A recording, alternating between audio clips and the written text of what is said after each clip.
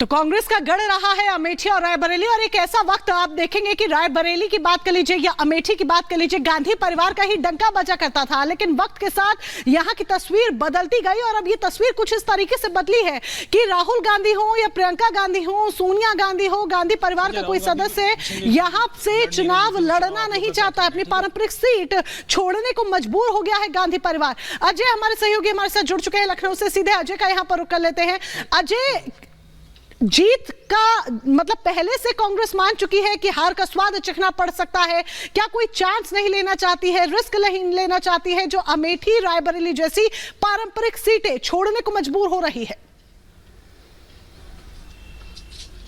बिल्कुल, अभी जो स्थितियां दिख रही हैं और सबसे महत्वपूर्ण इसमें है कि जो राज्यसभा की वोटिंग हुई थी उत्तर प्रदेश में, उसमें जो सपा के विधायकों ने क्रॉस वोटिंग की थी, 4 से ज्यादा विधायक उसमें रायबरेली, अमेठी, सुल्तानपुर, ये जो पूरी बेल्ट है जो कि कंस्टिट्यूएंसी में अमेठी और रायबरेली में वोटर के तौर पर देखी जाती है, उससे निकले बीजेपी के फेवर में गए, तो डर बहुत ज्यादा बढ़ा हुआ है। और सोर्सेज यही जानकारी दे रहे हैं कि रायबरेली और अमेठी, इन 2 सीटों से अब कांग्रेस के जो शीर्ष नेतृत्व है, जो गांधी परिवार है, उनके सदस्य लड़ाई नहीं लड़ेंगे, चुनाव नहीं लड़ेंगे। हमारे संग बात करने के उस पे उत्तर प्रदेश के लखनऊ के तमाम लोग मौजूद है। कैसे देख रहे हैं आप जो सोर्सेस बता रहे हैं, राहुल गांधी हो चाहे प्रियंका गांधी हो, अमेठी रायबरेली से चुनाव नहीं लड़ेंगे? तो देखिए, इससे बस मेरे ख्याल से यही सच जाहिर होता है कि डर का माहौल है विपक्ष में, और अभी जो करंट सरकार है, दे आर वेरी कॉन्फिडेंट, वो कॉन्फिडेंट हैं कि हम इन सीटों पे भी विजय प्राप्त कर सकते हैं, जैसे कि पिछले चुनाव में हुआ था।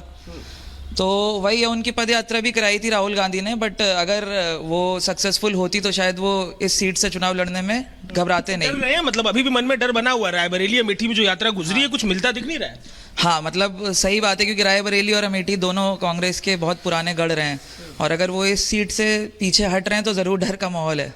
अगर वहां से पीछे हट रहे हैं तो यूपी में कुछ मिलेगा? आपको लग रहा है उनके लिए कुछ बचा है यूपी में? यूपी में कहीं नहीं 2-4 सीटें मिलेंगी, और फिर जाहिर सी बात है कि हर आदमी अपने फायदे के लिए राजनीति करता है। राहुल गांधी को लग रहा है यहाँ से फायदा नहीं हो रहा मेरा, जहाँ से फायदा हो रहा है वहां लड़ेंगे। बीजेपी भी तो ऐसा करे, वो भी अपने फायदे। ये पीछे हट जाने से चुनाव में घाटा नहीं होगा? आप यूपी में इतना समय गुजारा यात्रा में, आपने जो कोर सीट है, जो पैतृक सीट है, जहाँ पे पूरा जनरेशनल हिस्ट्री है, उसे छोड़कर जा रहे हैं। अब ये अपने राजनीतिक फायदा है उनका, उनका नहीं कॉन्फिडेंस में आ रहा है कि हम यहाँ से नहीं निकाल पाएंगे, जहाँ निकल पाएंगे, जहाँ उनको उम्मीद है कि मैं जीत जाऊंगा, वहां से बाहर निकल के आ रहे। रायबरेली अमेठी नहीं तो यूपी में कहीं कुछ मिलेगा कांग्रेस को, लग रहा है आपको? यूपी में मुझे लग रहा है कि कांग्रेस को 2 से 3 सीटों से ज्यादा नहीं मिलेगी, और बीजेपी का पूरा हल्ला बोल रहेगा यूपी में।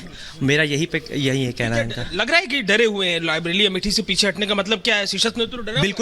बिल्कुल डरे हुए हैं ये लोग, और यहाँ से पीछे हटने का साफ मतलब यही है कि ये लोग यहाँ पे पीछे मतलब डर रहे हैं काफी, तो बीजेपी का उसमें हल्ला बोल है काफी। हल्ला बोल की बात ये देखिए, आज जो तमाम लोग हैं, आम लोग भी इस बात को समझ रहे हैं, अपनी बात कह रहे हैं। जो कैडर है, जो फीडबैक सिस्टम है, ना केवल इसे कांग्रेस के तौर पर फीडबैक सामने आ रहा है अजय, बेहद ही महत्वपूर्ण है, और बहुत बहुत शुक्रिया आपका तमाम जानकारी के लिए।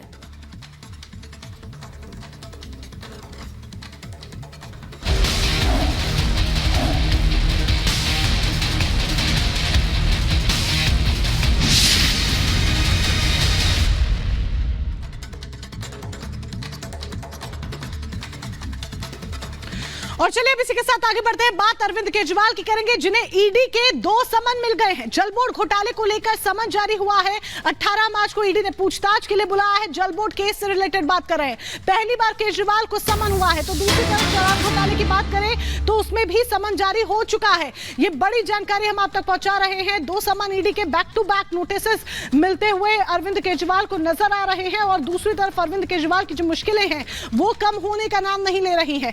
शराब घोटाले मामले की जांच की आंच पहले से अरविंद केजरीवाल के ऊपर है, और उसके बाद अब ये जल बोर्ड घोटाला, जिसको लेकर टेंडर को लेकर तमाम तरह के सवाल, और इसी सिलसिले में कल पूछताछ के लिए अरविंद केजरीवाल को बुलाया गया है। शराब घोटाले की बात करें तो उसमें भी समन जारी हुआ है, लेकिन उसमें अरविंद केजरीवाल शामिल अभी तक पेशी के लिए पेश नहीं हुए हैं। 9 समन जारी हो गए हैं। अब देखना होगा जल घोटाले मामले में पेश होते हैं या फिर नहीं। तो एक तरफ जल बोर्ड को लेकर समन भेजा गया है सीएम केजरीवाल को, तो दूसरी तरफ शराब घोटाले को लेकर भी सीएम केजरीवाल को एक नया समन जारी किया गया है। और अब कुल मिलाकर 9वां समन हो चुका है। 21 मार्च को सीएम केजरीवाल को पेश होने के लिए कहा गया है, लेकिन अब तक एक बार भी सीएम केजरीवाल पेश नहीं हुए हैं, बल्कि समन से हमेशा वो बचते रहे हैं। लेकिन 21 मार्च को सीएम केजरीवाल पेश होंगे या नहीं होंगे, ये बड़ा सवाल बना हुआ है, क्योंकि ईडी की तरफ से 2 शिकायतें भी दर्ज कराई गई थी राउज़ कोर्ट में। हालांकि सीएम केजरीवाल को जमानत इस बात पर मिली कि वो समय समय पर पेश हो रहे हैं या नहीं हो रहे हैं, और उसके बाद अब ये देखा जा रहा है कि जहां 21 मार्च को शराब घोटाले मामले में उनको समन मिला है, 21 मार्च को उन्हें पेश होना है, तो वहीं 18 मार्च को पेश होना है जल बोर्ड केस के मामले में। और अब इसी मुद्दे को लेकर बीजेपी ने आप पर तंज किया है और कहा दरअसल कि डर से भाग रहे हैं केजरीवाल। ये बड़ा बयान दिया गया है बासुरी स्वराज की ओर से, और उनकी ओर से कहा गया है दरअसल जिस तरीके से बार बार समन देने के बावजूद केजरीवाल ईडी के सामने पेश नहीं हो रहे हैं, तो तंज यहां पर यह किया गया कि सच से क्यों डर रहे केजरीवाल, ईडी से कब तक भागेंगे केजरीवाल। ये बीजेपी ने सवाल पूछा है, क्योंकि हर बार बहाना चुनाव प्रचार का, बहाना स्वास्थ्य का, बहाना ईडी की नियत का, और बहुत सारे बहाने बना करके जो केजरीवाल अब तक बचते रहे हैं, उस पर बीजेपी ने सवाल खड़े किया और कहा है दरअसल कि ईडी से कब तक भागेंगे केजरीवाल। सुनिए क्या कुछ कहा गया। अब हुआ क्या है, जब भी समन आते हैं पीएमएलए में, तो कानूनी तौर पर यह अनिवार्य होता है कि आप उन समन्स का आदर करें। जब जब आप उन समन का निरादर करते हैं, तो सेक्शन 174 ऑफ द आईपीसी में आप एक नया अपराध कर रहे हैं। अरविंद केजरीवाल जी जो माननीय मुख्यमंत्री हैं दिल्ली के, उन्होंने 8 समन्स का निरादर करा है। ये जो याचिका ईडी ने फाइल करी है कोर्ट में, ये केवल इसके लिए है कि 174 आईपीसी में अपराध बन रहा है अरविंद केजरीवाल जी के खिलाफ। इस प्रोसीडिंग का कोई लेना देना नहीं है इस बात से कि ईडी का समन लीगल है या इल्लीगल है। तो अरविंद केजरीवाल लगातार बुरी तरह से फंसते हुए नजर आ रहे हैं। जांच की तलवार लगातार लटक रही है, चाहे वो जल बोर्ड केस ले लीजिए या फिर शराब घोटाला मामला ले लीजिए। अब शराब घोटाले मामले में 8 समन पहले ही भेजे जा चुके थे, अब 9वां समन भी अरविंद केजरीवाल को जारी हो चुका है और पेश होने के लिए 21 मार्च को कहा गया है। देखना होगा कि अरविंद केजरीवाल अब क्या रुख अपनाते हैं। रिपोर्ट देखें।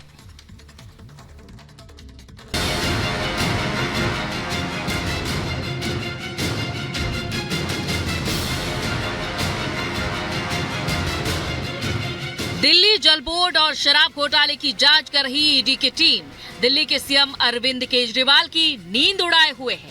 एक तरफ CM Arvind Kejriwal ED team से छुटकारा पाने के लिए कोर्ट से फरियाद लगा रहे हैं, तो दूसरी तरफ ईडी उन्हें पूछताछ के लिए समन पर समन भेज रही है। इसी कड़ी में प्रवर्तन निदेशालय की टीम ने रविवार के रोज सीएम केजरीवाल को 9वां समन भेज दिया, जिसके बाद आम आदमी पार्टी हमलावर हो गई। ये समन सिर्फ इसलिए भेजा गया है क्योंकि शायद अब मोदी जी को डाउट होने लग गया है कि पता नहीं एक्साइज पॉलिसी वाले मैटर पे अरविंद केजरीवाल को गिरफ्तार कर पाएंगे कि नहीं कर पाएंगे, क्योंकि उस पे तो अभी कानूनी बहस शुरू हुई है। तो इसलिए ऐसा लगता है कि गिरफ्तारी करने के लिए कोई बैकअप प्लान की शुरुआत हो रही है।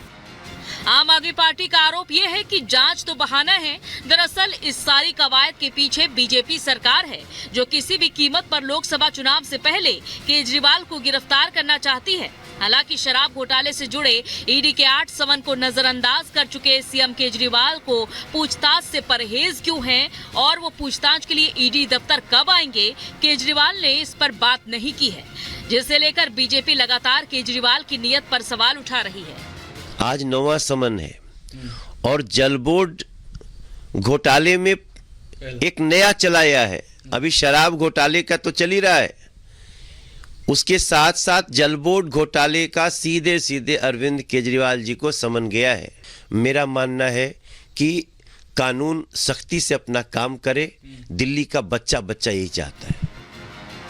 वहीं बीजेपी के आरोपों से इतर ईडी ने भी शराब घोटाले की जांच की रफ्तार तेज कर दी है और इस सिलसिले में तेलंगाना के पूर्व सीएम केसीआर की बेटी के कविता की गिरफ्तारी हो चुकी है और ईडी पूछताछ के लिए कोर्ट से उनके 1 हफ्ते की रिमांड लेने में भी कामयाब रही है।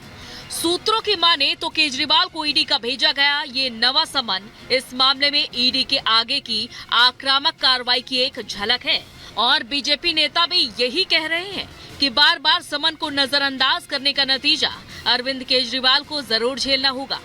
जिस प्रकार कल कोर्ट में स्वयं वो पिछली गलतियों के लिए बेल लेके आए, तो 8 समन पे ना जाना ही जेल का रास्ता दिखा देता है। अगर उसमें आपने बेल ले लिया तो आगे अगर आप फिर से ऐसी कोई कानून की अवहेलना करते हैं तो मुझे लगता है कि फिर तो किसी गवाह की भी आवश्यकता नहीं, किसी बयान की भी आवश्यकता नहीं। He should be punished. वहीं आम आदमी पार्टी मामला कोर्ट में होने का हवाला देकर सीधे ईडी की मंशा पर ही सवाल उठा रही है। लेकिन इसमें कोई शक नहीं है कि जिस तरह से ईडी के हर समन पर आम आदमी पार्टी में खलबली मचती दिख रही है,